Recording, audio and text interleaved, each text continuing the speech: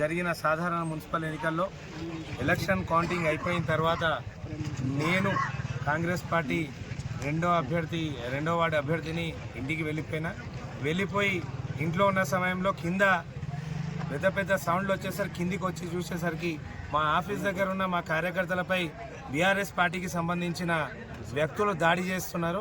అక్కడ మీరు చూసినట్టయితే ఈరోజు వాళ్ళు వైరల్ చేస్తున్న వీడియోలో ఈయన మా యూత్ కాంగ్రెస్ జిల్లా ఉపాధ్యక్షుడు, ఈయన నిన్న టీఆర్ఎస్ పార్టీకి సంబంధించిన వ్యక్తులు దొంగ ఓట్లో వేసిన విషయము బయటపెట్టిండు. అది దృష్టిలో పెట్టుకొని ఈయన ఈరోజు నా వార్డ్ ఆఫీస్ దగ్గర కనిపించగానే ఇతన్ని పట్టుకొని ఇష్టం వచ్చినట్టు కొట్టిర్రు. ఇది మా 2వ వార్డులోని బూత్ నంబర్ 8 సీరియల్ నంబర్ 70, పేరు తస్లీం, తండ్రి పేరు నజీర్ పాషా. ఈ అమ్మాయి ఇప్పుడు సిద్దిపేట్ గవర్నమెంట్ హాస్పిటల్లో డెలివరీ అయి హాస్పిటల్లోనే ఉన్నది.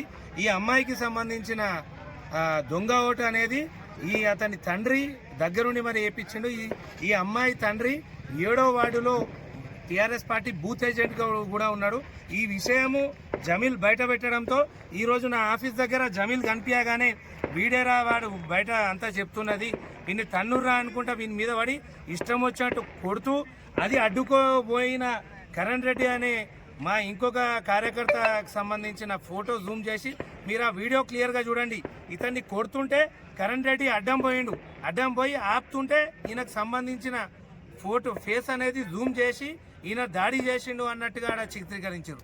నేను ఒకటే చెప్తున్నా, ఈరోజు మీరు ప్రలోభాలకు గురి చేసి ఈరోజు వార్డులో గెలిచారు.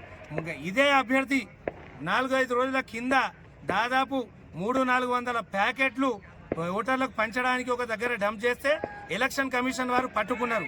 అటు ప్రలోభాలకు గురి చేసి అటు మందు పంపిణీ చేసి దొరికిపోయిన దొంగ ఈరోజు దొంగ ఓట్లు కూడా వేసిండు. ఆ విషయం ఎక్కడ బయట చెప్తాడో అని చెప్పేసి ఈరోజు మా కార్యకర్త మీద దాడి చేసారు.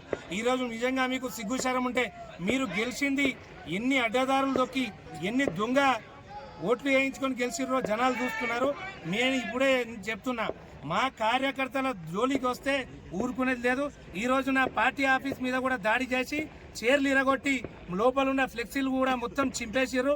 నా ఆఫీస్ మీద కూడా దాడి చేశారు. నేను అక్కడికి పోయి అందరిని ఎక్కడో అక్కడికి పంపించేసి అసలు విషయం తెలుసుకుంటే ఈ దొంగ ఓట్ల భాగవతం బయట పెట్టినందుకే మా జమీల్ మీద దాడి చేసిర్రు. మీ లంగ పనులు ఇంకా చాలా ఉన్నాయి, అవన్నీ కూడా బయట పెడతా. కంపల్సరీ రాబోయే రోజుల్లో మీ భాగవతం అంతా కూడా ప్రజలకు తెలిసేటట్టు చేస్తా. కాబట్టి ఖబర్దార్ చెప్తున్నా, మా కార్యకర్తల జోలికి వస్తే మాత్రం ఊరుకునేది లేదు.